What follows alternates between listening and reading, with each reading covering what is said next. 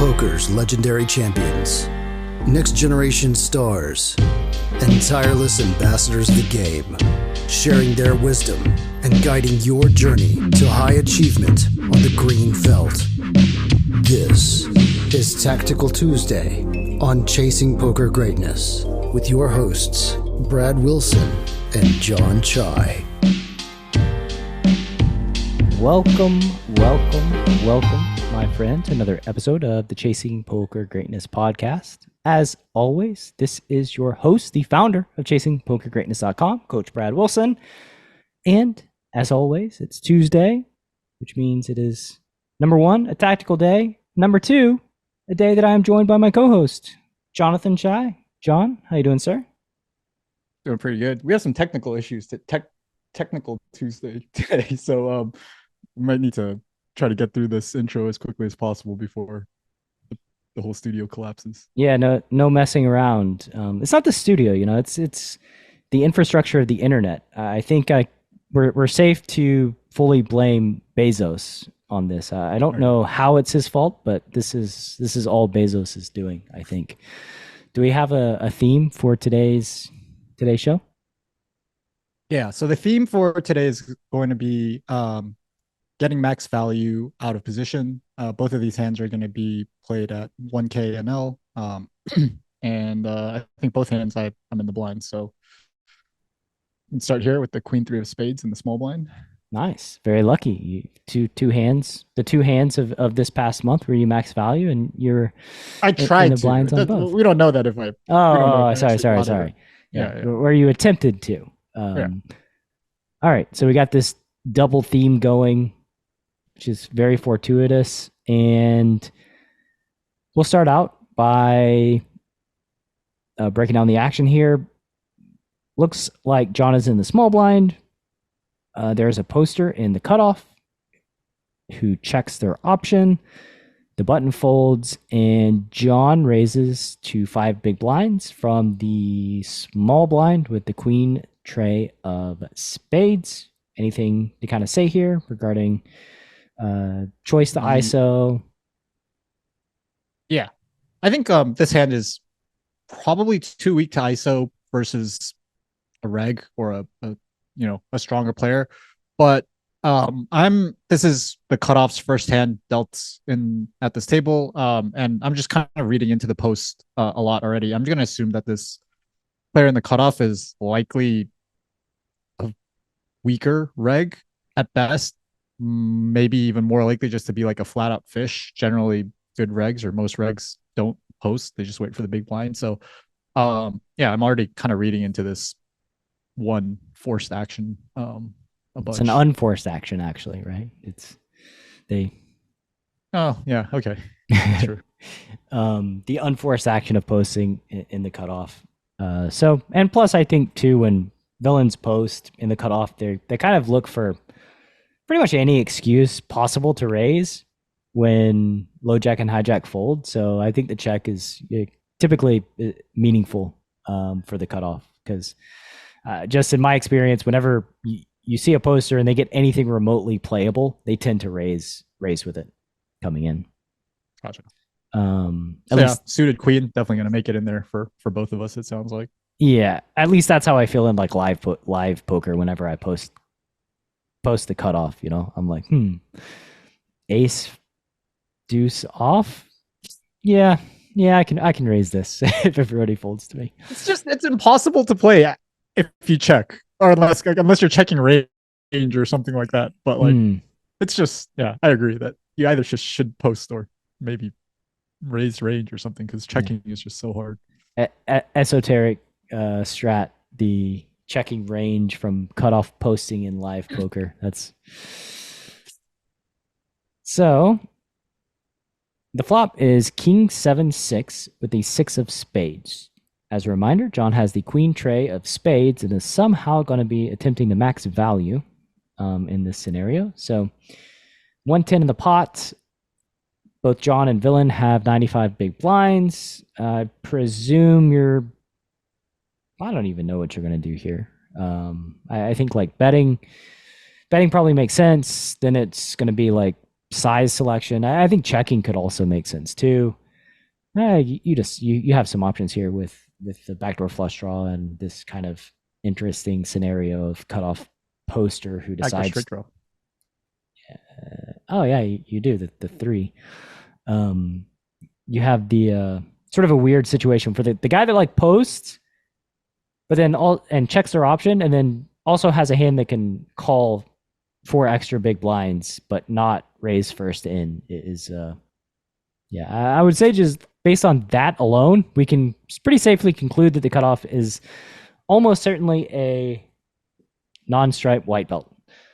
So you start with check. I think it's reasonable. Again, you got a lot of options on the table. Villain bets half pot. And I'm guessing that this is not where the story ends with your queen high. No. So I'm just going to be like checking most of my range out of position as a pre-flop raiser in single raise pots. That's generally just going to be my go-to strat across the board. So nothing different here with even with like the double backdoors. Facing half pot from the presumed fish. I thought that this hand would make sense as like probably one of my lightest check raises. Like we said, we have like two backdoor draws with the backdoor flush draw and the really, really optimistic backdoor straight draw. Mm-hmm. I thought it would be good enough. One of the nice things that happens here if we do check raise our queen 3 is that in the event that the cutoff is bluffing, we just get to win the pot here when the cutoff has nothing and is just taking a stab at the pot. Which if it does call, we have some potential to realize some extra equity when we hopefully turn a spade or a 4 or a 5 or make a pair. Yeah. And to be realistically speaking, it's probably pretty easy for the cutoff to bet too often here. After they, check, call pre-flop, and then they're check 2 on the flop, like half pot size, not especially threatening. So yeah, it makes a lot of sense to start by check raising here. So you go ahead and check raise. There's 165 in the pot. You check raise to 163. And the opponent, this pesky poster, snap calls. Snap calls. So this plan is going exactly the way that you drew it up. Oh, and look, you turned a 3. So king 6, 7. You have queen 3. Turn is a 3. So now, now you can just go ahead and like check call down mode, right? You got your fourth pair and 4, 6. Check call down. I was thinking about value betting the turn. Oh, I see. 436. I was not going to. 436 in the pot. Villain's got 787, so SPR is around 2. Now, once you turn a pair, your plan for the rest of this hand is, well, at least for this street, is to check and hope to God they don't just like bet pot. Yeah. When they snap called the flop check raise, I was scared / very ready to be done with the hand. Turning a pair of 3s didn't do much to change that plan. So I'm gonna check and wow. The cutoff checks back. What a run out. So you get the one run out that we didn't cover on the flop, the 3-3 ball. So now you have trip trays and what is almost certainly going to be a very unhappy villain when they see what hand you have. I guess that you have a few different directions that you could go. I think, checking is one of the options, considering like villain snap call could be, top pair, like weak kickerish, something like that. But it could also be like, 9-10, 8-9, maybe like 8-5, the busted straight draws on the flop that villain could potentially bet with. So yeah, which direction did you go for? So we have 787 in our stack, 436 in the pot, so a little bit over 1.5x SPR on the river. I was hoping that the snap call on the flop would just be a ton of king X. I was a little worried that like once that king X snap calls a flop and then checks back turn, that they're likely just doing a lot of checking back on the river with like their king X bluff catchers. Sure. Maybe like another minor consideration is that their best king X probably raises pre-flop after they post, right? A hand like ace king or king queen, probably just makes it 3 big blinds or 2.5 big blinds or something like that. So they don't even have those like super strong top pairs to value bet on the river once they post and then check. And so yeah, I think like my plan here was to just jam and target a king. Hope that there's just enough of them to make like some sort of crying call on the river, and hopefully this guy is fishy enough to maybe do it with like a king 5 suited or something like that. Maybe like by that I mean like a king with a kicker that doesn't even play. So yeah, that's what I was hoping for. I guess like the one thing that like I more for like educational purposes that like I wanted to add for both of these hands is that I think an older version of me probably would have bet a smaller size on the river, wouldn't have gone for like the jam, thinking like, oh, look, I'm targeting like weak king X. Let me just like try to get called by king 5 and bet like half pot on the river or something like that, maybe like a third even. So that's like kind of, I don't know, I think that's like a value trap that I used to fall into. And now I think I'm very much more on the side of like, hey, just 1.5x this spot and let them figure out what to call with. Yeah, I agree. And when in kind of deciding whether or not you want to check or bet, right? Check is going to target their busted straight draws that they can bluff with, and betting is going to target their top pair weak kicker. One big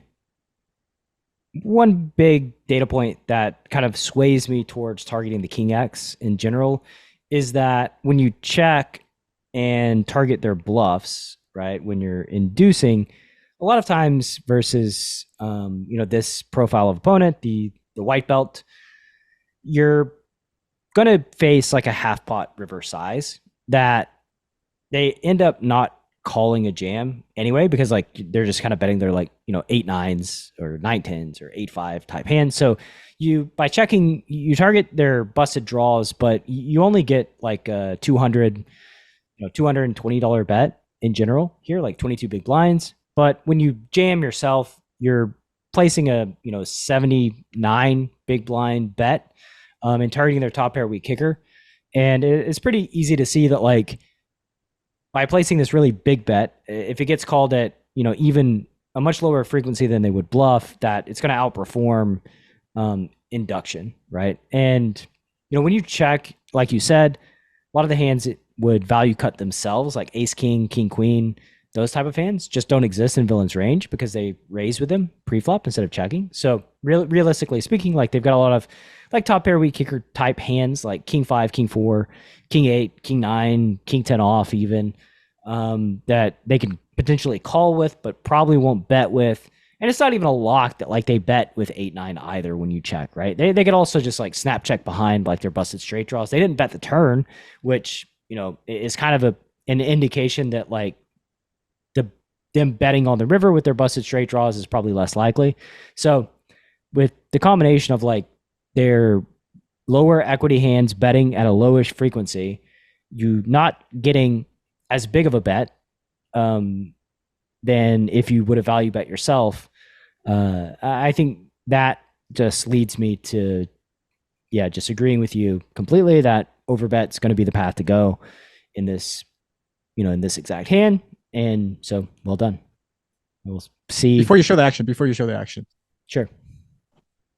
I have the biggest argument for overbetting these spots and just overbetting your value in general, I think is going to be revealed once you show the action and the showdown. So I do 1.5x. I didn't want to spoil it and get called. And we said that we're targeting like top pair weak kicker and like that kind of like that's just what we expected to be like the bluff catching region. But one thing that I found is that when you overbet these spots, I regularly underestimate how far down people are willing to go with their bluff catchers. And like this is just a hand that I never would have expected. But if this hand calls an overbet, not overbetting is just like a 3 is just such a punt. It's such a huge mistake. Yeah.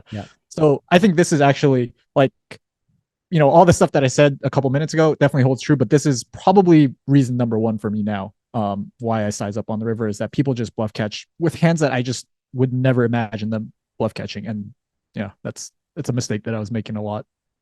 Very nice. Very nice. Let's see if you can go 2 for 2 here on Tactical Tuesday. We'll see if, this next hand holds true and we have, not another incident. Villain had A6 offsuit, by the way. Oh, yeah. Sorry, podcast listener. The flop was king 6-7. Villain had A6 off, and John went 3-3 for the brutal ultimate bad beat story that they inevitably told everybody that they know. So stick around. This guy posted, played one hand, and then left. Got stacked. Yeah, it's like the Grandpa Simpson meme where he walks into the bar, sees Bart in the bar, and like immediately spins around and leaves the bar. That was this guy's experience. All right, stick around. Let's see if John can one and done another poor victim. Are you a lone wolf searching for the ultimate pack? The CPG Wolf program is a close-knit brotherhood hell-bent on one thing only: chasing poker greatness. Powered by bleeding-edge wolf strats and led by Coach Brad and his lieutenants, CPG Wolves are systematically prepared for almost any spot they'll encounter on the green felt. If you want to plug into an elite team and have a step-by-step game plan to realize your full poker potential, you can apply at cpgwolves.com. Space is limited, and the pack is only as strong as its weakest member. So only the hungriest, grittiest, and most driven will be accepted into the program. Applications are open at cpgwolves.com. All right. Welcome back from the break. Going to see if John can hurt some more feelings here on today's episode of Tactical Tuesday. John's hand is a little bit obscured by the overlay, but he does have two kings. And John, you want to break down the action here in this max value themed episode of Tactical Tuesday? Yeah. So no fish at this table. Just I think it's all reg lineup. The cutoff opens to $25. We're 100 big blinds effective. Have kings in the small blind, easy 3-bet to 110. The big blind folds, cutoff calls, and we're off to a Jack 9 rainbow flop. Nice. Man, I've like, even within Tactical Tuesday, like the length of time we've been doing Tactical Tuesday, I've gone so many different ways with c-bet strategies through the pots out of position PFR. Yeah, so I'm kind of doing something different these days with kings, and I decided to check here. Mm-hmm. I think this is a spot where previously I probably would have just started out by betting a third, doing a lot of checking on the turn, and then maybe jamming the river or something like that. I decided to start out with check here. One of the things that I'm thinking about now is that, like, it's once I start out with bet, I feel like it's a little thin to stack like worse hands. Like, it starts feeling thin when I start like going bet with kings. Sure. I'm not sure if like a 9 is going to call it off, or like pocket 10s. It just feels like I'm going to run into Jack X a lot. So it does feel like I should start out by checking one street, or I should at least have a plan to check one street before the river. I guess, what do you think about that plan? Because, like, I think initially on the surface, this looks like a pretty easy bet spot, 3-bet pot out of position, 100 big blinds effective. We flop an overpair, just go for it. I'm not sure about bet jam like on Jack 9, but like I'm pretty much in agreement with you that you're going to find one street to check, whether it be like the flop or the turn. I guess it's just really a matter of like, what street do you want to choose in this given situation against this given opponent. I guess there is some variance as it relates to, like, these paired boards and what is the side card and what card is paired, and how does that interact with villain's pre-flop range. And, like, if it's like deuce X, then that's going to be like just played way differently than some sort of like paired Broadway or paired 10, paired 9 type flop. So Jack 9 is essentially a board where the jacks that villain has, and then the 9s full that villains have obviously like just infinite equity, as do your Jack X and your pocket 9s. So yeah, like I think that in general, you're probably going to be playing a little bit more passively on this like paired Broadway board, start out with a small bet or start out with a check, and then do a lot of turn checking and then sort of evaluating based on, villain's response as well as the run out on the following streets. So yeah, like I'm on board. I think you could better check this flop and then, better check the turn based on what you do on the flop. So if you bet the flop, check the turn. If you check the flop and the flop checks through, then, you're probably going like bet in that case. And, if villain stabs a third, then you're probably going to be kind of stuck and frozen on the flop. You're going to call, check, get another data point, what turn card is, what villain's action is, then kind of play the rest of the hand accordingly, which, could go just a number of directions based on the turn card and villain's actions. So yeah, like I'm long way of saying I'm on board with, your decision to check here, and would also be on board with a decision to kind of bet small and then check turn. So I picked the flop. I just wanted to keep cutoff's range as wide as possible. I thought that, if I start by betting a third on the flop, or if I start out by checking the flop, let's just say, then like I might be able to, get a bet out of 5-4 of hearts, or sure, that's true too. 7 of, ace-7 of hearts, or something like some hand that would just like not be very unlikely to even call a third on the flop. So I decided the street that I want to check was the flop to hopefully get them to stab some of those hands. Or well, they can stab. They could also, like, if they have 6-7 of hearts, they could just turn a 6, right? Like turn a 6 or turn a 6 or a 7, and then then they could find themselves in some like pretty sticky downstream situations if they do happen to turn a pair. So yeah, I'm a fan. They bet 20% here on the flop.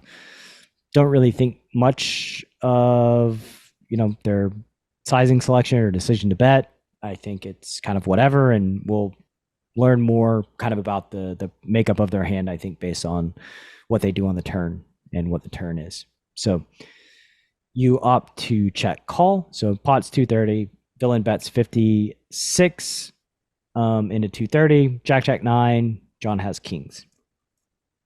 Turn is the tray of hearts. So still an overpair, effective, obviously a blank. 343 in the pot. Villain has about 850 behind. Turn goes check, which has to be music to your ears, considering huge deal. Yeah. That turn check is like really indicative of villain not having a jack or not having like nines full. Since on the flop, we're like proceeding cautiously. Once the turn goes check, caution just out the window.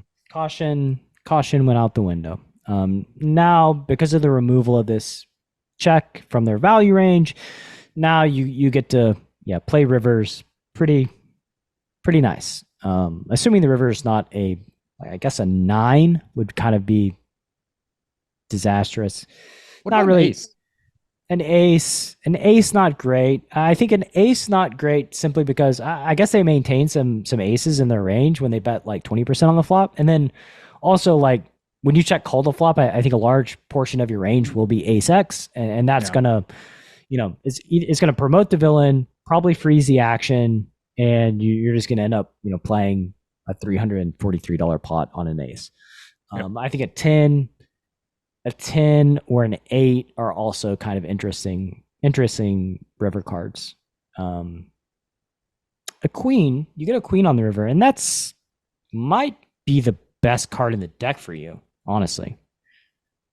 Besides a king, of course. I think a king is probably the best card in the deck, but a queen is great. I don't even know if I want a king. I think I'd rather have a queen than a king. Yeah, that's true. Like the absolute strength of your hand improves with a king, but the queen just so good for like villains king queens, villains queen 10s that can river top pair, maybe even like ace queen if they decided to like bet 20 and then check down with like ace queen high, which I think is also a reasonable path for villain. So like the queen just promotes a lot of hands in their range, and you block king 10, which is really, really nice. So yeah, just a card that gives them a lot of bluff catchers and doesn't really promote a whole lot of hands in their range.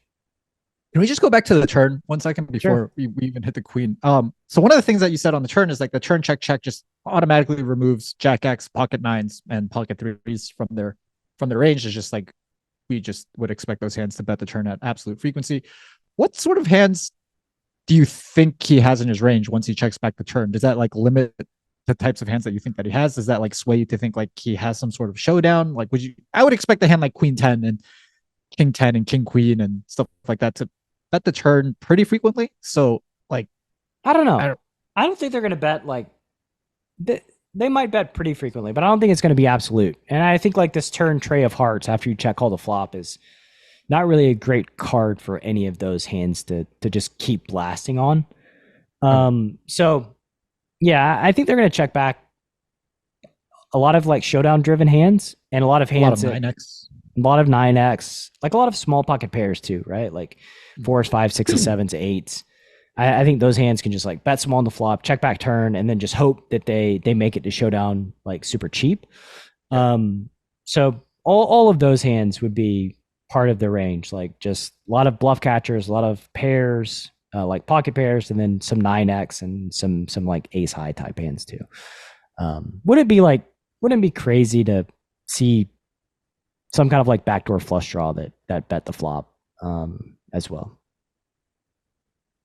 So here on the river, I'm going to go on a limb and say that since this is maximizing value is the theme, that with 343 in the pot, villain has 848, which is like 2.5x, something like that.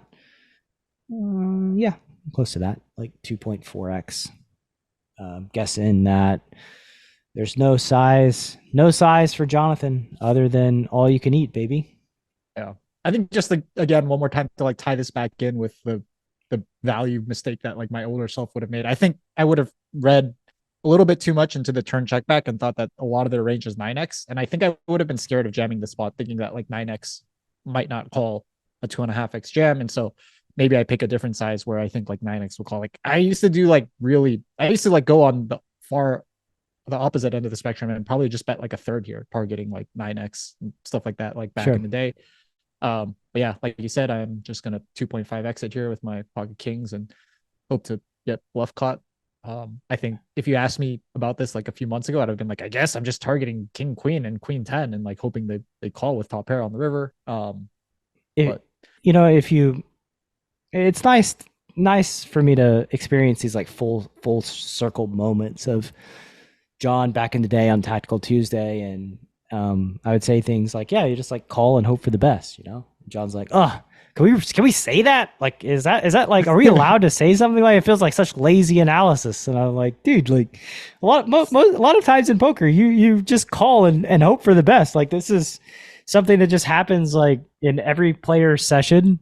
You jam and hope for the best. Like it's a thing that just happens like constantly when you're playing cards. And here we are today where, yeah, just jam and, hope that they find a way to call with something that's good, right? So just jam and hope for the best. And yeah, maybe one day we'll adopt that as our tagline. Just, do something at the poker table and then hope for the best. Tactical Tuesday trademarked. So you did something hoping for the best, and villain called, which still doesn't necessarily mean that it's for the best, but we're feeling pretty hopeful. Final board was Queen, Jack, Jack, 9, 3. John had kings, and villain finds another hero call with 7 of hearts, 7 of diamonds. So they go down deep to fourth pair, put on their hero pajamas, and end up naked in the cold and without much money. Another hand that I wouldn't have expected to call 2.5x on the river had you asked me before jamming. Yeah. Well, people like calling, So sometimes people gotta find the hands to call with, and 2 7s here. I don't know exactly the properties that make 2 7s a good call, but it's good for your bankroll. So I guess that's the thing that matters more than anything else in this hand analysis. So yeah, good theme. Nice little tricky hidden theme of villains calling your value jam with unexpected hands that you snuck in there. You couldn't, I guess, reveal the punchline. Yeah, I can't say that started, at the beginning, right? Yeah. Well, good for you. Nice hands. 0 days without an incident. You did it. The astute Tactical Tuesday listener will notice that we only have two hands this week. I'm Had to dial it back for accuracy's sake. Hard to go 3 for 3 or 4 for 4, but 2 for 2, you crushed it. And I guess that's going to be the end of this week's Tactical Tuesday. And before we go, just wanted to remind the listener that Live Cash Preflop Bootcamp still exists. It's still a course in the CPG universe. And if you play any significant or even really insignificant amount of live poker, and when you're making preflop decisions, you're a little bit on the fence, you don't know exactly which way to go, recognize that villains are making pretty bad fundamental strategic mistakes, but don't have real solid clarity, visibility on what those mistakes are, I would highly encourage you to check out Live Cash Preflop Bootcamp. And with that said, that's all I got for today's episode of Tactical Tuesday. See you next week. See you next week. Thanks for listening to Chasing Poker Greatness. You can subscribe on Apple Podcasts or on your favorite podcast app. Go to chasingpokergreatness.com to get the newsletter, join the Greatness Village community, book a coaching session, or dive into the latest data-driven poker courses. Follow the show on Twitter @CPG Podcast.